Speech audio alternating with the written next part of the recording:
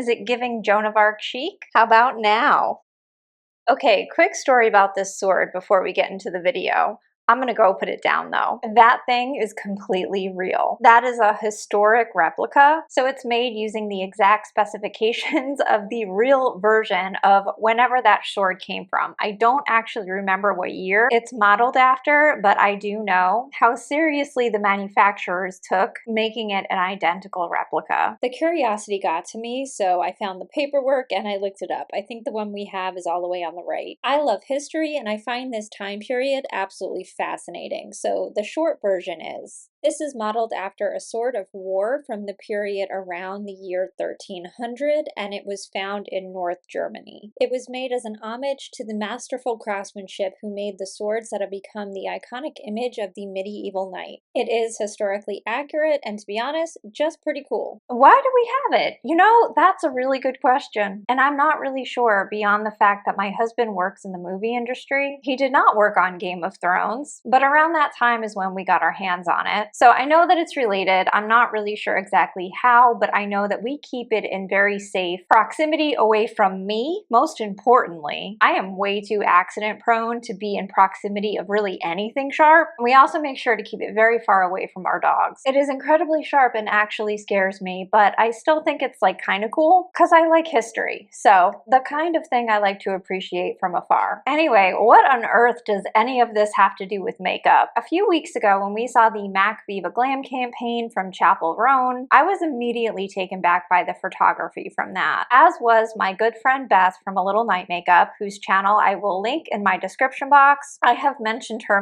many times now, so I'm sure you're already following. But just in case, definitely make sure to check her channel out. She is a wealth of knowledge and a great resource for many things, and this is no exception. She was able to track down each of the MAC products used by Chapel Roan's makeup artist Andrew Darling in the campaign photos, at least in terms of the main look. I know that there were a couple different looks for this, but the main look that I'll put on the screen here, she found all of these products and she linked them all in one place. So I did share that in my last video where I talked about the Viva Glam lip products, but I'll share that again. There'll be a link in my description box, and that's what I used to buy a lot of these products to do this look today. Now, unfortunately, I had a little mishap with the mail. I ordered several eyeshadows from MAC and they got delivered to an entirely different place from where I live. I don't really know how that happened, but because things were delivered somewhere, it was a long story. I had to wait to contact customer service for them to process the mistake, so it just wound up being kind of a mess and it taking almost 2 weeks, and I still don't have my eyeshadows. So instead, I will be pulling colors from my extensive indie collection and trying to get things as close as I can without having the exact shadows in my possession. I did wind up getting the cheek products from Ulta, so luckily I do have these. And this whole video is just going to be a little bit of fun. I was inspired by this look, so it made me want to do a more approachable, everyday friendly, casual version that could be achieved from somebody who does not have a lot of technical skill and is not a professional makeup artist like Andrew Darling. Just for entertainment purposes though, I will pop up on the screen a few attempts that I made getting more similar to the exact look that he did on her, and I was torn whether or not I was going to recreate something more photorealistic or try to do my own thing. And while that might be more entertaining, I think I'm more able to do this, especially on camera, if I keep it a little more low-key. So that's what I'm going to do today. And to further paint the picture here, I thought I would quickly go over what the description for this entire look is. So it's described, I believe, by MAC as being Art Nouveau, 1920s boudoir, and French Revolution aesthetic. To recreate this gothic, romantic, hyper-historic vibe, mix delicate vintage underpinnings with fierce royal meets warrior styling. To recreate the outfit and styling, the base, a romantic, aristocratic, or medieval empress aesthetic. Wear a pastel goddess gown, airy lace trim skirts, or a long flowing linen maxi dress. The edge. Channel 90s Courtney Love by layering a sheer, silky slip dress over your base to give it a grungier 4 a.m. at a Waffle House feel. Accessories. Opt for sword and heart motif. intricate jewelry, and loopy loops or bows in your hair. Add custom, highly detailed nails with pearls or floral accents. And a Joan of Arc sword if you are so inclined. So as you can see, I kind of did my best here. I don't have a lot of clothes in general, actually. I just don't have a lot of clothes. But I do think this look is beautiful, so I am definitely considering trying to get something a little more photorealistic ready for Halloween. I always dress up for Halloween, even though I almost never go anywhere. So definitely keeping this in mind for that. But enough rambling, let's get some makeup on. So I started with my base foundation. I just have Chanel No. 1, as well as my Sarah Creel concealer. I also use a MAC paint pot in the shade Painterly as my eyeshadow base. I considered using a white base and doing more of a cut crease, but if I'm honest, the liquid shadow that I have for that dries my skin out and it gets flaky and gross, so I decided just to keep things even more simple and just start with a nude eye. What I'm going to do now is I'm going to show you the colors that I pulled from that I thought were closest to this look that was used to create what you see on screen. And before I post this, my MAC shadows should get here by Thursday. So what I'm hoping to do is, even though I won't have time to film and get this up before the end of June, I will have time to do swatches. So we'll get to see together how close I got matching the colors with the collection that I have here. The MAC shadows did arrive, so I put all of these swatches together next to the indie shadows that I use in this video, and I think we did pretty good. I don't think there's anything wildly off base here, but if you want a little bit of a clearer view, what I've decided to do is I'll include full swatches, so full screen video swatches at the end once all of the makeup is on my face. Hopefully that will give you a little bit more idea what these colors look like and if you want to add any of them to your collection. All right, to set this look up, I'm going to start with a purple, and this I am pulling from the Harvest of Souls palette from Fantasy Cosmetica. The biggest difference between these two shades is that the MAC contains some shimmer and the indie shadow that I'm using today does not. That doesn't really matter that much because I do use a shimmer on top of everything anyway, but just in case you were wondering, these are probably the most different in my collection. And I'm gonna do my best to talk while I do this. I know when I'm watching videos, I really don't love it when people speed through. I mean, obviously, if they're doing like their eyebrows or something boring, I don't want to sit there and watch them do that. So I don't always hate it when people speed through stuff, but generally speaking, it's not my favorite. And that was never my goal, but I'm so awkward putting makeup on camera, especially with the lighting in here kind of being terrible. It's been a struggle, so it might take me some time to get more acclimated to doing that, but that is a goal. Now I'm going to go in with a darker blue shade, and now the actual MAC shadow used for the outer corner in this case, I think is more blue than it looks like in the photo. In the photo, it looks a little bit more green. So to base this off the look rather than the eyeshadows itself, I decided to pull from the most recent Mothership from Pat McGrath. I thought this shade down here looked like a really close match to the vibe we're going for. And by the way, are we getting a Mothership this year? It's not looking like it. I understand that they're restructuring and going through some things, and we've gone years without Motherships in the past, but I'm still really curious about how that's all going to play out, if they're really going to actually try hard to fight for the brand, or if everyone winds up giving up. I'm going to be really sad if that's the case. Anyway, normally for an outer corner, I do sort of like a triangle shape going up towards my brow. In this look, I felt like it was more of a V shape or like a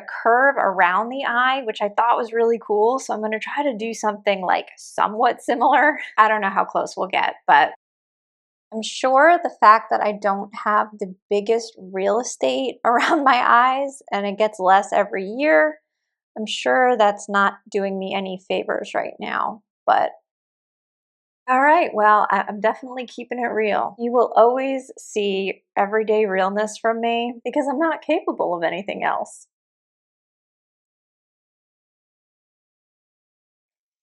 Oh, and I am modeling this off of a look that I did yesterday, so I'll pop that up. We'll see how close we'll actually get to that. I wanted this look today to be different, but somewhat similar because I thought the colors were pretty. All right, that's how we're looking so far. Now I'm gonna reach for another purple that is just a little deeper than the one I used to begin with, from Floresta Inverno from Ladybug Cosmetics. I love this palette. I got this and their grunge palette a few months ago. Yeah, it was a while ago now. But both of these color stories are beautiful and the quality is excellent.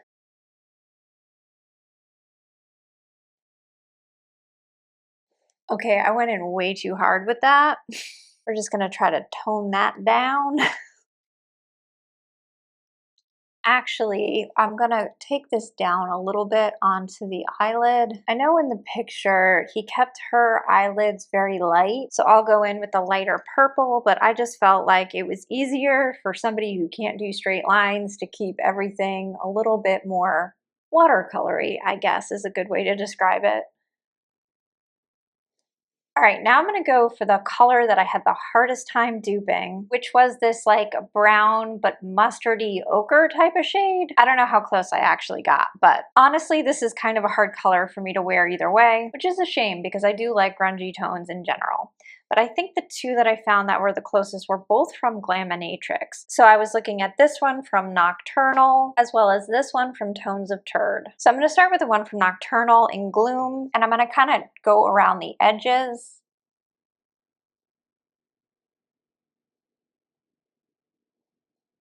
And I think I'm looking for something that has a little more orange in it. So this is the shade from Tones of Turd. I'm definitely gonna have to clean this up. For my final matte, which is the red, I am pulling kind of from this random Angelica and Odin's Eye palette. I thought, I do have the Dexter palette from Lethal Cosmetics, but I thought that was just a little bit too bright. So instead I'm going in with this red down here. Now, yesterday I went all the way to my inner corner. Today I'm going to leave a little bit of space just because I want to leave a little bit more room for the shimmer. And I'm hoping that the shimmer saves this. I'm really hoping that between the shimmer and the lashes, that sort of pulls everything back on track. Doing some blending. All right, let's clean up under my brow. To do that, I'm going to go in with this little stick that I got, I think off Amazon like years ago. These used to be a lot more popular as like a brow highlighting type of thing. I don't see them nearly as much anymore, but I still use one every day. I find these easier to work with than concealer, so I wish these would come back into favor. But regardless, I think I like these because I normally do my eye makeup first before base, so I use my fingers to clean up around my face. And maybe that explains it. And you know, it's funny, I pulled this REM palette out because it has a nice big clear mirror in it, but now I think I'm actually gonna use the brown and see if that can bring back some of that tone without it being too much. I think what I was doing before was just too dark. All right, now I'm gonna go over the whole eyelid with a shimmer. That is a bit of a departure from Chapel's look. I think in that look, they used two liquid shadows from MAC, actually that I do have. I left them in my bathroom, so I'm gonna go get those. But because liquid shadows like that just aren't my favorite formula, for all over the lid, I'm gonna go in with a powder. So this shade down here, Flora, is just so pretty. This reminded me I need to use that palette a lot more. So what I'm gonna do for my sanity and for yours is I'm gonna do my liquid liner and lashes in the bathroom because I just can't see well enough to do that here. And when I come back, I'll bring those shadows with me and I'll use them for a pop on the inner corner and for my lower lash line. And there's the look so far. And this is the shimmer shade and I will be right back. All right, see, lashes make everything better. That's one of the reasons I wear them every day. So now I have my two liquid shadows. I'm going to use the green on my lower lash line and I'm going to use the champagne shimmer on my inner corner. Now these are the MAC Dazzle shadows and I've never had them before. And as far as liquid shadows go, I don't mind the formula. I don't find them to be irritating, which a lot of liquid shadows actually can irritate my eyes or they can be just super drying. These I find to be a little bit drying, but they're not terrible, and the formula doesn't bother my sensitive eyes. So if that's an issue for you and you want to try some more liquid shadows, I would definitely give these a look.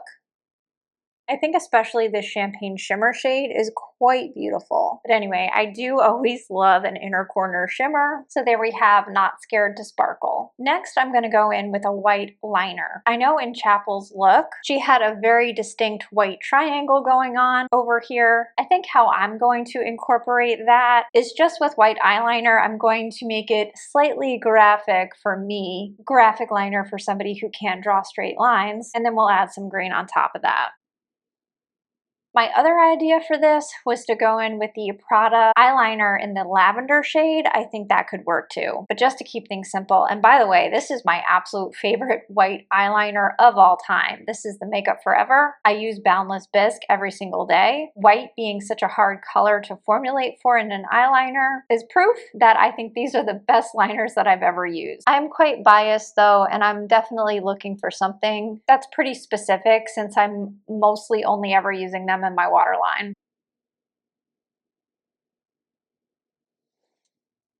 All right, not having the best visuals in here, these lines came out a little bit thicker than I was hoping, but it still gets the point across. Finally, gonna add just a little bit of MAC Telepathic just to bring in the little bit of green. I've got to be honest with you, I'm gonna keep it light because I almost never put color on my lower lash line,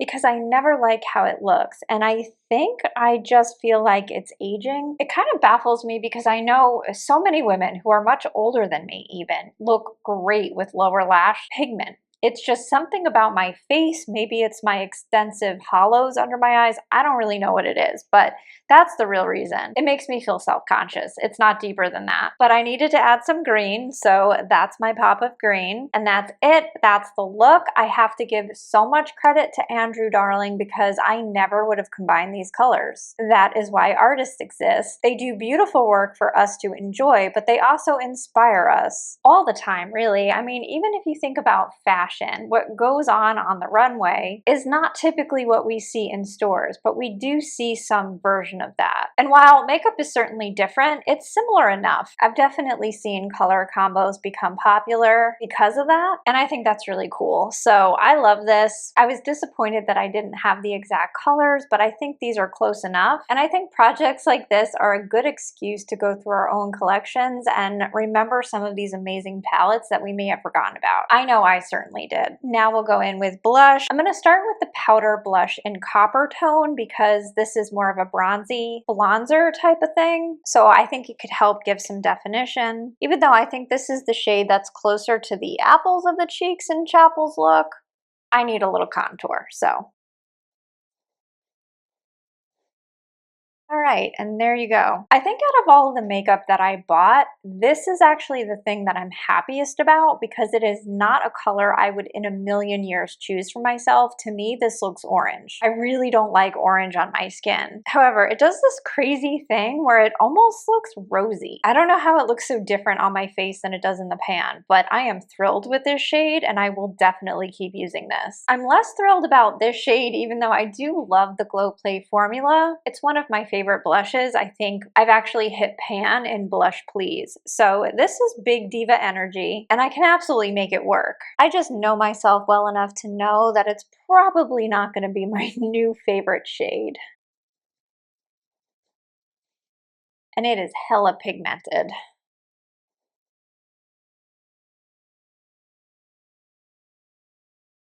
Couple taps with my foundation brush, and yeah, that's a lot more my speed. Super quick tap with some Givenchy highlighter. I think the one she used was more of a gold, but I have way too many highlighters. I was definitely just going to use what I have, and I think this tone goes well. And there you have it. We are done with the base makeup.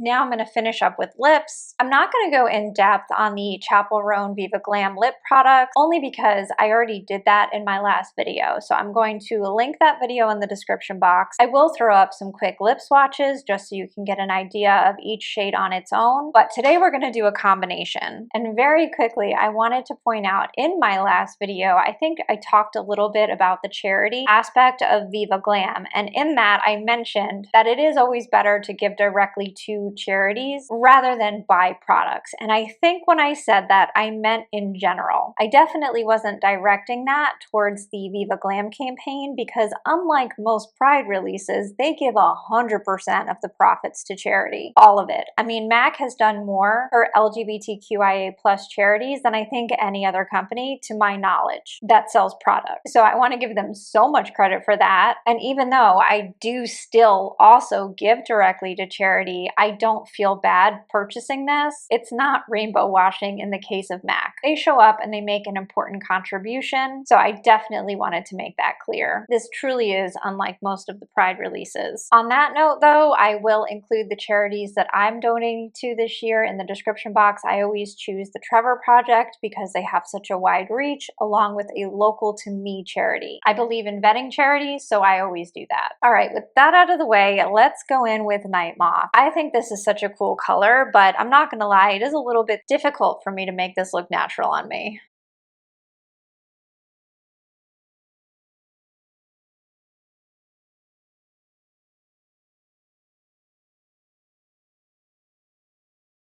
And there is Night Moth. This color actually reminded me of one of the Viva Glam colors that came out last year. I think it was last year. It may have been the year before. Everything's a little fuzzy, but I'll pop that up on the screen so you can see how that color compares to these two. I'm a big fan of these two, except I think today I'm going to change this a little bit. In the video, she's definitely wearing the matte, which is Unnatural Redhead. I can make that work, but I have to go in so light-handed that it just gets kind of complicated. So instead, I'm going to go in with the shade that works better for me, which is Rhone of Arc. I love this shade just on its own, no liner, no nothing. I think this is a beautiful everyday red for me. And I think I'm probably going to try to get a backup. And there you have it. That is the look for today. Thank you so much for coming on this journey with me. This is not something that I do very often for a number of reasons, one of which is just that I'm not that good at putting makeup on camera or off camera for that matter. I have a very narrow skill set and I don't challenge that as often as I should. But makeup is a very fun outlet and mistakes just wash off. So it's not that serious. This is a good reminder of that for me, and I hope it was for you too. I hope this encourages you to play with your collection of makeups and outfits. Why not? Life is short, and who says that dressing up is only for Halloween? I think it's high time we challenge that. Popping in with your daily reminder not to take life too seriously. Especially right now, we all need a little whimsy. Life is too short. This is your reminder to be weird and have fun. And if anyone criticizes you for having a good time, they're just jealous. Don't ever forget it. My next video will probably be a new makeup video, or possibly in-depth swatches of the new Louis Vuitton lip pencils, but that all depends on how quickly I can get my hands on them. But anyway, that's enough for me today. Thank you so much for being here. I appreciate you. I hope that you're taking care of yourself right now. I love you so much, and I'll see you in the next video. Bye-bye.